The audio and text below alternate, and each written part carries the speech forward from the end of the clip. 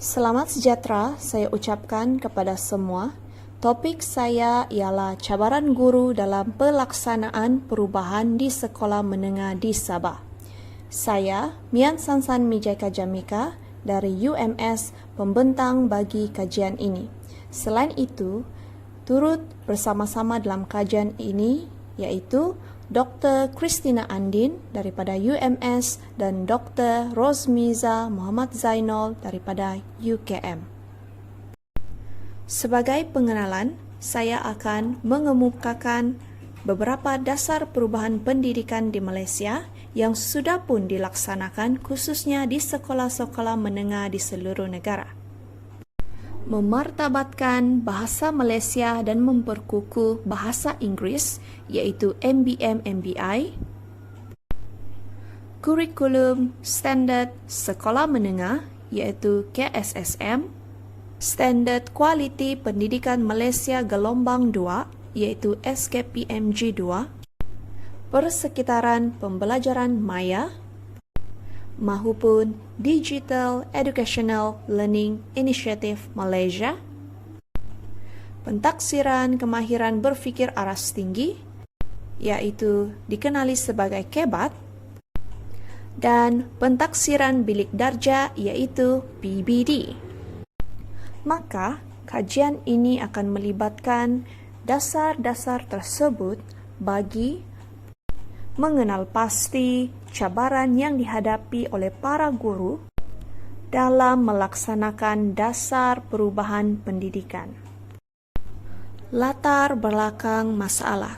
Seperti yang tertera pada slide, terdapat 3 latar belakang masalah yang menjadi fokus utama, yaitu yang pertama, cabaran guru, yaitu isu yang timbul semasa pelaksanaan dasar perubahan pendidikan. Kedua, kaedah pelaksanaan yang dapat dilihat melalui beberapa faktor dan impak pelaksanaan dasar-dasar tersebut, dan seterusnya pengalaman guru. Hal ini melibatkan keadaan fizikal dan mental para guru secara keseluruhan. Penyataan masalah dapat dikenal pasti melalui kajian-kajian lepas yang melibatkan dasar-dasar perubahan pendidikan. Dapat dilihat bahawa setiap dasar perubahan pendidikan mengalami cabaran, khususnya cabaran yang dihadapi oleh para guru. Sebagai contoh, pentaksiran bilik darjah iaitu PBD mengalami cabaran pelaksanaan kerana kekurangan latihan dan pengalaman serta sukar mengakses sistem aplikasi. Dasar MBM MBI iaitu dasar memartabatkan bahasa Melayu memperkukuh bahasa Inggeris berhadapan dengan cabaran tahap penguasaan dwibahasa para guru dan kekurangan pendedahan pelaksanaan dasar ini. Seterusnya, KEBAT iaitu kemahiran berfikir aras tinggi. Cabaran yang dialami para guru adalah masalah pengetahuan asas pelajar dan kurang penekanan terhadap elemen KEBAT dalam pengajaran. Terdapat 2 tujuan kajian. Yang pertama, mengkaji cabaran-cabaran yang dihadapi oleh guru dalam melaksanakan dasar pendidikan di sekolah, dan kedua, memberi tumpuan kepada model yang merujuk kepada perubahan pendidikan di sekolah bagi meneliti elemen-elemen seperti elemen inovasi, elemen guru, elemen persekitaran, dan elemen pengukuhan dan pemantauan.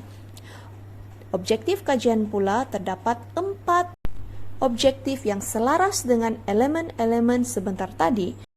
Selaras dengan objektif kajian sebentar tadi, maka persoalan kajian juga terbahagi kepada 4 elemen yang digunakan dalam kajian ini.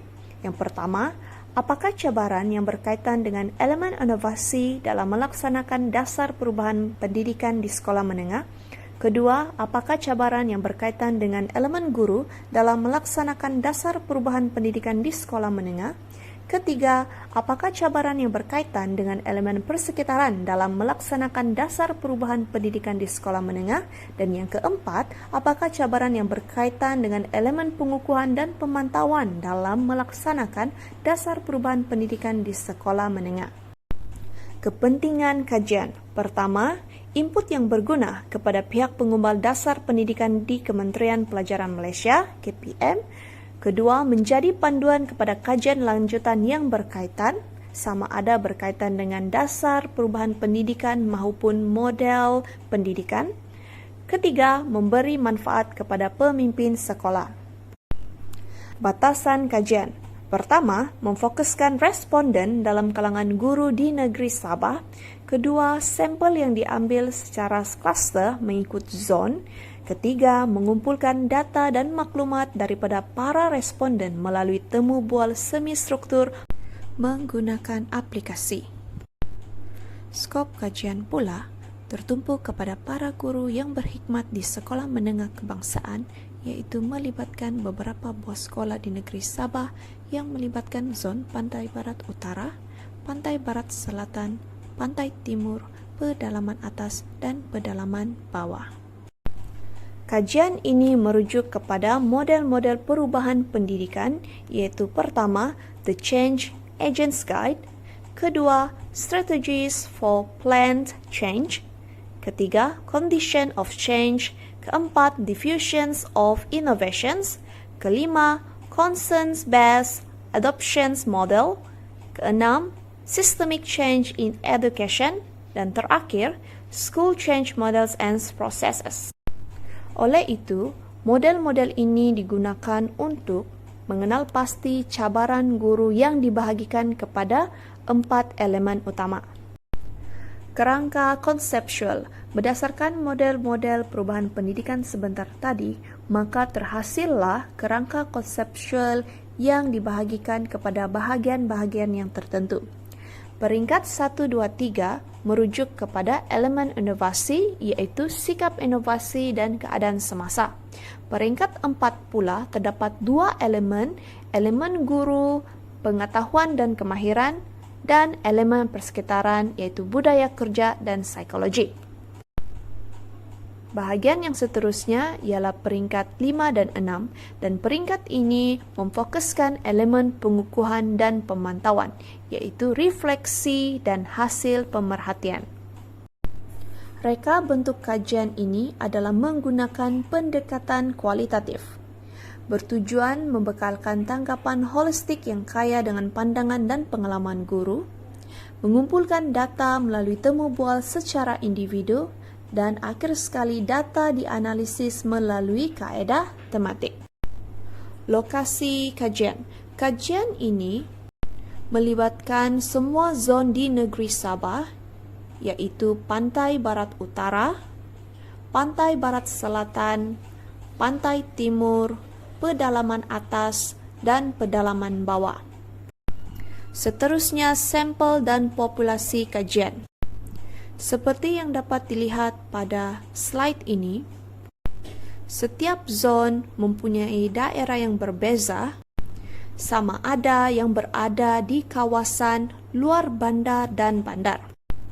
Kajian ini juga mengambil kira tempo perkhidmatan, iaitu guru novis dan guru berpengalaman. Secara keseluruhannya, terdapat 9 guru berada di kawasan luar bandar, 6 guru di kawasan bandar, 7 guru novis, dan 7 guru berpengalaman. Instrumen kajian ini mempunyai 5 bahagian, iaitu bahagian A, B, C, D, dan E, yang melibatkan model perubahan pendidikan beserta keempat-empat elemen utama, iaitu elemen inovasi, elemen guru, elemen persekitaran, dan elemen pengukuhan dan pemantauan. Analisa dokumen yang digunakan bagi kajian ini adalah analisa melalui akhbar. Terdapat 3 contoh akhbar yang digunakan dalam analisa dokumen bagi kajian ini. Pertama, Kementerian Kaji Penguasaan Elemen Kebat. Kedua, pembelajaran dalam talian perlu diperkasakan. Dan ketiga, SYOR perluas rombakan kurikulum pendidikan. Dapatan kajian.